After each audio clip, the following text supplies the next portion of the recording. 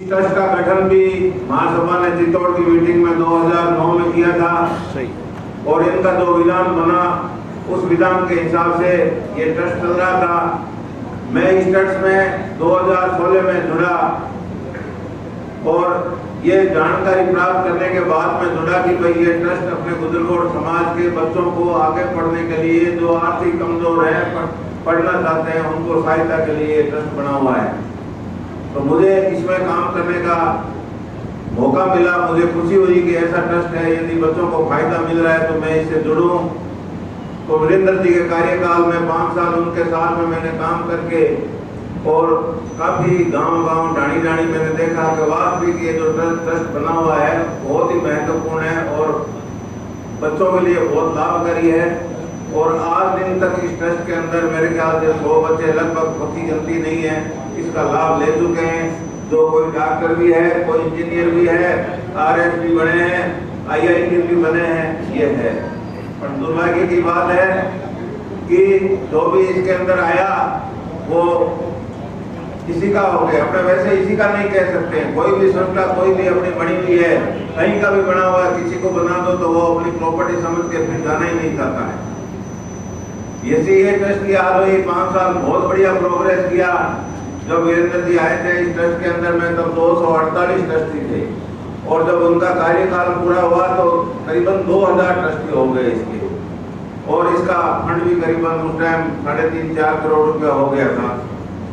चुनाव हुआ, वैसे तो सामाजिक संस्थाओं में चुनाव नहीं होना चाहिए, पर हुआ और जैसा भी हुआ विवाद का ही रहा मामला। और अब ये दोबारा कोर्ट का आदेश आने के बाद में जो संरक्षक 2 है इस ट्रस्ट के, श्रीमान अरुण प्रकाश जी और श्रीमान कैलाश जी, इन दोनों को निर्देश दिया कि आप 3 महीना के अंदर ये चुनाव संपन्न अपनी देख रेख में करवाएं। तो एज ए कोर्ट उन्होंने ये चुनाव करवाया। मैंने भी मेरा पर्चा भरा, 5-6 पर्चे आए, मेरा और अनिल जी का पर्चा रहा और अनिल जी ने मेरे पक्ष में अपना पर्चा वापस उठा करके एक संदेश दिया और मुझे इस ट्रस्ट में निर्विरोध अध्यक्ष बनने का दायित्व मिला।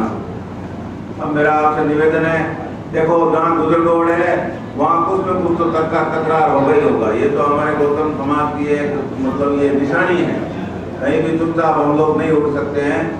पर मेरा अनुरोध इस मंच के द्वारा वीरेंद्र जी से भी है कि हमने आपके साथ मिलकर के 5 साल तन मन और धन से आपका सहयोग किया।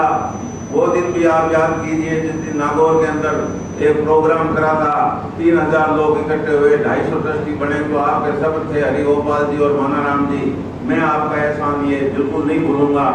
आज मैं उनसे वापस निवेदन कर रहा हूँ कि ये आप मुझे एहसान करिए कि मुझे काम करने का फ्री हैंड दीजिए और मैं 5 साल अपने काम करने की आपको अपनी काबिलियत बताऊँ। और महासभा से भी यही है, सब आप बुजुर्गों और बंधुओं से यही है कि जैसे ही मुझे चार्ज मिलेगा मैं अपना तन मन धन और मैं 100% मेरे 5 साल के लिए, मैंने ये भी एक सबको पत्र भेजा है, मैं ये एक ऐसा ट्रस्ट है कि उसके अंदर एक बार 5 साल का कार्यकाल होना चाहिए किसी भी कोई अध्यक्ष आता है उसका, क्योंकि बार एक अध्यक्ष लोगों के पास जाकर पैसा नहीं मांग सकता है, उसका कार्यकाल परिवर्तन होना चाहिए।